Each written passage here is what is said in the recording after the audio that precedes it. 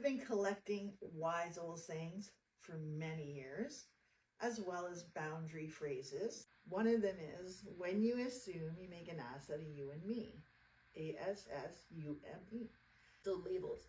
As a child, I was labeled OCD, PTSD, MOUSE. I mean, just ADHD, like called attention deficit disorder at that time. And that's an interesting label because really that's true.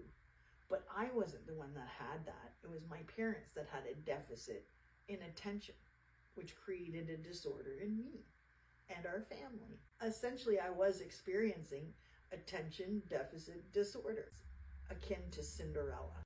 My mother used to say, I wish you'd kill yourself. I wish I never had you. Mean and callous. And my sister, who was jealous of me and also angry because of how I was behaving. So the two things combined. She was very heavy. I was very slim.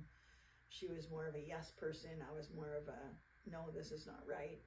And I would stand up for justice or injustice in my own life, which made me seem like a child that was non-compliant, which certainly I was non-compliant toward abuse, negativity, and unwarranted injustice.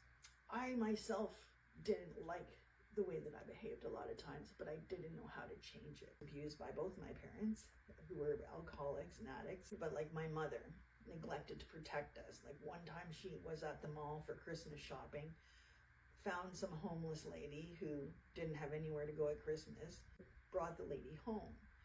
That lady slit her wrists in front of me and my sister while cooking Christmas dinner together, which was highly dangerous and traumatizing as a child. To see that, the lady was rushed to the hospital. You know what their history is, any of that. So that, in a sense, is the neglect that I'm talking about. Oftentimes, Children's Aid was involved in my life because my mother and father were drinking and drunks and abusive and would kick me out at like prepubescent. Before 12 years old, I was on my own. At 12 years old, actually, I was living in a box behind a grocery store in our small town for days without money, without any resources. And I was very vulnerable to the elements, the adults, the men. And my father was less verbally abusive, but physically abusive. Not everything is as it seems. And don't judge a book by its cover. Even when we know somebody on a social level, like lots of people know me in different communities through my work, through my modeling, through my social work, through my